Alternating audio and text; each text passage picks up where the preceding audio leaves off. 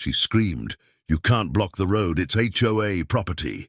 And I looked her straight in the eye and said, "Lady, you built 35 homes on my land." Her jaw dropped for a second, but she didn't back down. Karen never did. She clutched that clipboard like it was a weapon and barked, "This entire area falls under the Lakeside HOA now. You can't just walk in here and claim ownership." Ownership?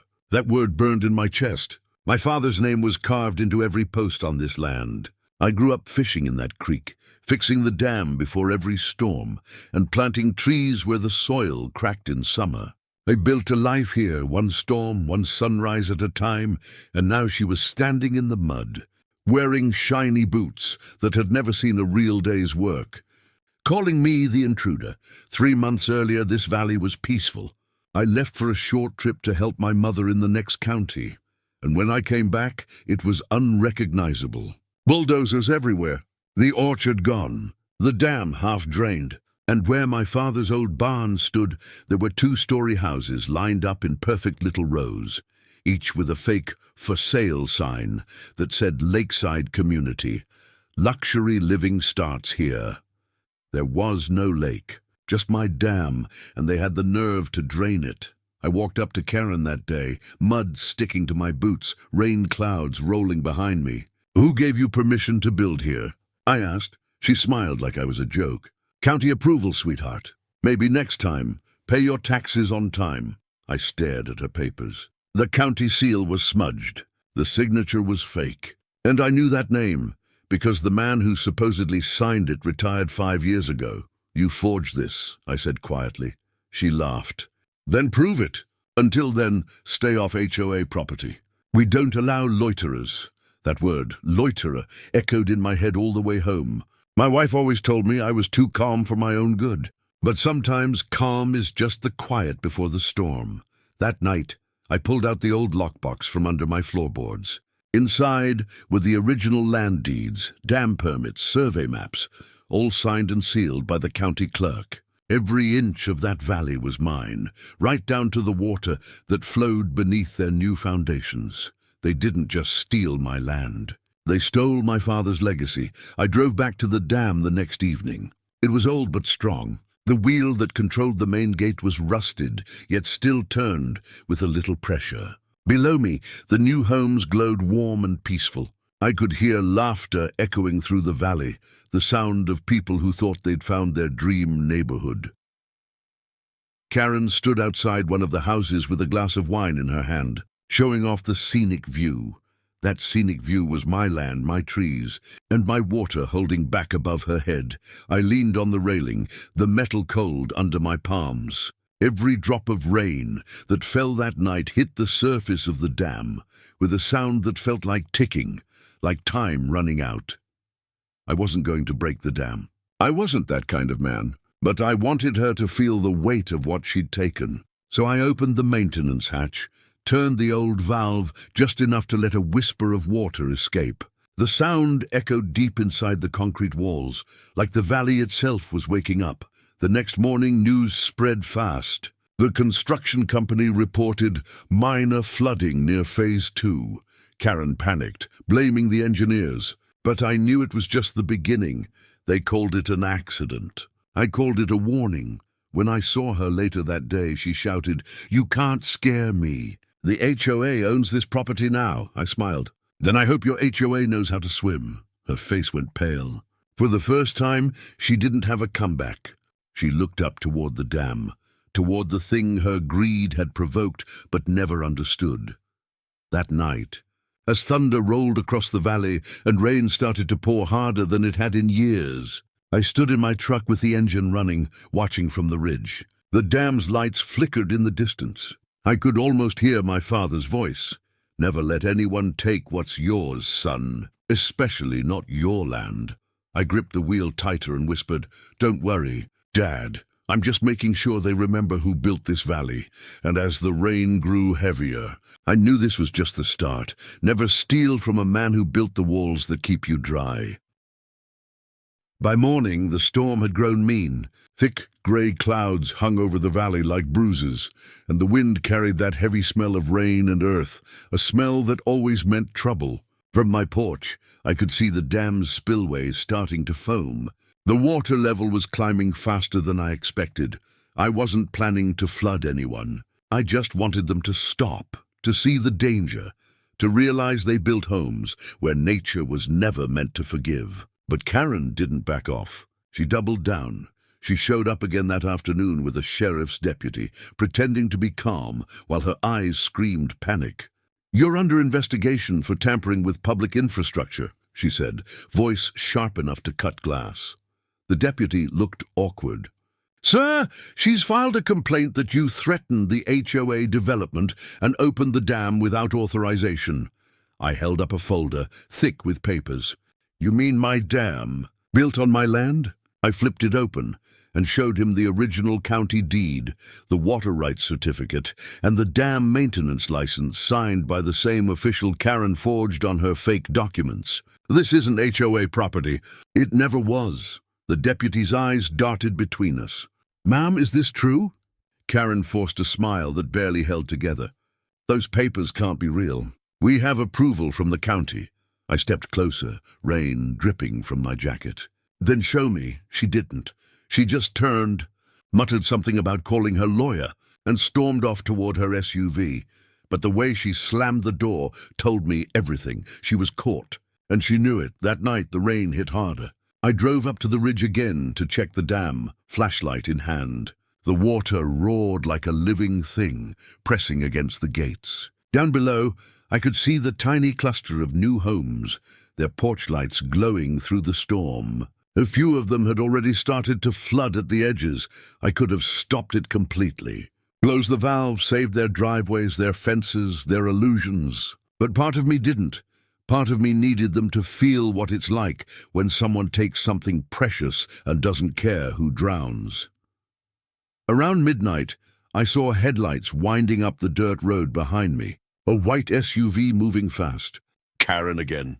She jumped out with an umbrella, shouting through the wind. "You're insane. You'll destroy everything." I stared at her. "You already did." She took a step closer, eyes wild. "We have buyers. Families moving in tomorrow. If anything happens to those houses, it's on you." I laughed, loud, sharp, almost bitter. "No, Karen, it's on you. You built them, where my father warned no one should ever build. You drained the land's heart and sold it like property. This is just nature remembering who's boss." She tried to push past me toward the dam gate, but the ground beneath her boots was slick with mud. She slipped, caught herself, then glared up at me. "If you open that thing any further, I'll have you arrested." "Already tried that," I said, holding up my phone. "The sheriff checked your permits. He's forwarding everything to the state." Her expression changed, panic mixed with disbelief. "You wouldn't dare expose me." "I don't have to." "You did it yourself." She turned to leave, but before she could, lightning cracked across the sky, lighting up the valley in white. For one split second I saw the entire picture, the houses, the dam, the storm. It looked almost beautiful. Before the thunder hit and reality crashed back in. By morning, half the development was underwater. The retaining walls failed first, then the drainage ditches. It wasn't the dam that gave way. It was her cheap construction and greed. Two's vans arrived within hours. Reporters called it a sudden valley flood. The HOA board scrambled to blame the weather, but videos from residents told a different story. One clip showed Karen shouting orders. Another showed me standing by the dam, calm, steady, holding the paperwork that proved everything. That footage spread online like wildfire. Comments flooded in. HOA built homes on private land. Greedy lady ruined her own neighborhood. Justice looks wet this morning. I didn't celebrate. I just watched. For me, it wasn't about revenge. It was about balance. The land took back what was stolen, simple as that. Later that evening, the real sheriff came by. He stood beside me, watching the muddy water flow past the broken fences. "You didn't open that dam all the way, did you?" I shook my head. "Just enough to remind them it's alive." He smiled faintly. "Well, looks like your reminder worked." As he left, I noticed Karen standing across the field, drenched, her perfect world sinking behind her. She didn't say a word. Neither did I. The rain did all the talking, and as the last light faded, I whispered to myself, "You built your dream on my foundation, Karen." But some foundations were never meant to hold lies. When greed builds faster than truth, the flood always comes. The storm passed, but the damage stayed. What used to be green valley fields was now a muddy mirror of broken fences, tilted mailboxes, and soaked foundations. The HOA's perfect dream homes sat in silence, their lights off, lawns ruined. It looked less like a neighborhood and more like a warning. A week later, I got the letter. Thick envelope, county seal. Official notice of investigation.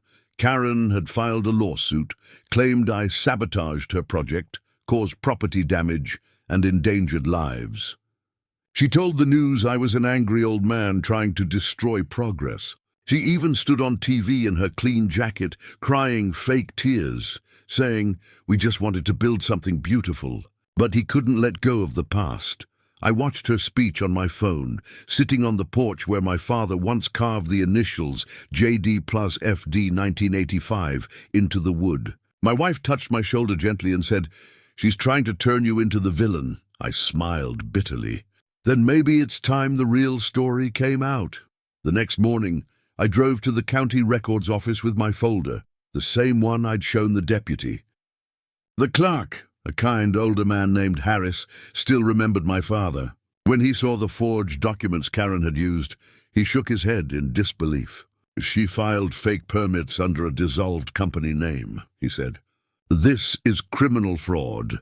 He made a few calls right there at his desk. Within hours, county inspectors and law enforcement were heading to the HOA site.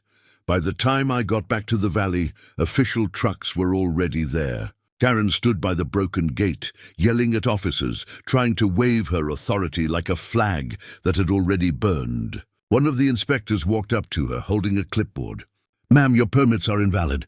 This entire project was built on privately owned land, without legal authorization." Karen went pale. "That's impossible. We had everything approved." "By who?" the inspector asked. Her silence was the answer. I watched from my truck as they taped off the site, marking it under county investigation. Workers packed their gear, homeowners started demanding refunds, and news crews showed up again. This time, with a different headline, "HOA fraud exposed in flooded valley." Still, she didn't give up. A few days later, she came to my house herself. No cameras, no clipboard, just fury. She didn't even knock. She marched right onto my porch and hissed, "You think you've won? You ruined everything I built." I stood up slowly, feeling the old wood creak under my boots. "You built it on lies, Karen. Lies don't stand long on wet ground." She clenched her fists. "You'll regret this. You think you're some kind of hero. You embarrassed me in front of the whole county." "I didn't embarrass you," I said quietly. "You did that yourself." She stared at me for a long moment, then something in her expression changed. The anger faded, replaced by fear. "They're going to arrest me, aren't they?" she whispered. I didn't answer. I didn't need to. That night, as the sky cleared for the first time in weeks, I went back to the dam one last time. The moon reflected off the calm water. It was peaceful again, silent, still, like the land was finally breathing easy. I ran my hand over the concrete railing. My father always said, "A dam isn't built to stop water, it's built to teach it patience." And maybe that's what this was about, patience, letting truth rise slow, steady, until it can't be ignored. 2 days later, the sheriff came to see me. "You'll want to hear this," he said, handing me a document. It was the county's final report. Fraudulent land acquisition, forged permits, property theft, environmental violations, HOA shut down, and at the bottom, one more note. Subject, Karen L. Myers, arrested pending trial. I stared at the words for a long time. It didn't feel like victory. It felt like balance. Later, I got a message from one of the homeowners who'd bought property there. She wrote, "We didn't know it was stolen land. Thank you for saving us before the real flood came." That one line hit harder than I expected. I realized this wasn't just about me. It was about everyone who trusted the wrong people and paid the price for someone else's greed. A few months passed. The valley healed. Grass started to grow again. Birds returned, and the sound of running water filled the air the way it used to when I was a kid. I rebuilt my father's barn, not the same, but close enough to feel right. Then one morning I saw a for sale sign lying in the dirt by the old HOA gate. The wind had knocked it over. I picked it up, wiped the mud off, and smiled. Guess your business finally dried up, Karen. Sometimes justice doesn't roar like thunder. Sometimes it just flows quiet, steady, like water finding its way home. You can fake papers, but you can't fake the land remembering who it belongs to. The valley looked different now, quieter, kinder. The scars were still there, the half-buried concrete, the scattered remains of fences, but nature was already healing it. The river found its rhythm again, curving gently around the dam, the way it always used to. And every sunrise, the light hit the water just right, turning it gold. My father used to say that was the land's way of saying thank you. I stood on the ridge one morning, coffee in hand, watching the mist rise from the water. It was strange. Peace felt heavier than anger ever did. Maybe because peace meant it was finally over. Karen's trial had come and gone. She'd stood before the judge with her head down, surrounded by lawyers who couldn't save her. The charges stuck: fraud, impersonation, and illegal construction. She got community service and heavy fines, but what really broke her was public humiliation. Her name became a warning across every HOA group in the state. The same people who once cheered her vision now crossed the street when they saw her coming. Justice doesn't always come with handcuffs. It comes with silence. One of the reporters who covered the story came back months later. Young guy, maybe 25, full of curiosity. He asked if he could film a follow-up for people to see what the land looks like now. I said sure. We walked down to the edge of the dam. The grass was bright green again, and wildflowers had started pushing through the cracks near the spillway. The kid pointed his camera at the water and said, "Hard to believe this place almost became a suburb." "Yeah," I said, smiling faintly. "They called it Lakeside Community. I guess they got the lake part right." He laughed, then turned serious. "Do you ever regret what happened?" I looked at the dam, at the quiet water behind it. "No," I said softly, "because I didn't destroy anything. I just reminded them what they were standing on." He lowered the camera for a moment. "That's a strong message," I shrugged. "You can't build something honest on stolen ground. The truth always rises. Just takes a little rain to show it." A week after that interview aired, people started coming by. Neighbors, veterans, even local farmers. Some brought food. Others just wanted to shake my hand. One old man said, "You did what every one of us wishes we could do. Stood your ground." That meant more to me than anything. The county later offered to name the area around the dam Henderson Valley after my father. They said it was to honor his contribution to protecting the region's water system. I accepted, but not for pride, because that name deserved to stay where it always belonged. Sometimes at night, when the wind gets loud, I can almost hear my father's voice. "The land doesn't need to shout, son. It just waits. Sooner or later, people remember who it belongs to." I learned something in all this. Justice doesn't always mean revenge. Sometimes it means patience. Sometimes it means letting the flood clean out what greed built too fast. And Karen, last I heard, she moved 3 states away. Started working at a real estate office, quietly. No HOA, no clipboard, no control. Maybe she finally understood what happens when you take too much. I still keep one of her old signs. The one that used to stand outside the gate, Lakeside Community. A better future starts here.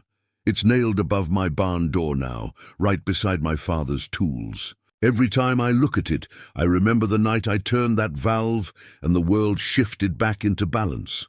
Not out of anger, out of truth, because the land doesn't forget. The water doesn't lie. And no matter how many papers someone forges, the earth always knows who it belongs to. I took a deep breath, feeling the cool air rise off the valley. The birds were back, the dam was steady, and for the first time in years, I felt peace. Not the quiet before the storm, but the quiet after justice. I whispered to the wind, "You built 35 homes on my land, Karen?" But in the end, the land took them all back. And as the sun rose over the water, the valleys shone like gold, untamed, unbroken, and mine once again. They called it progress. I called it taking back what was already mine.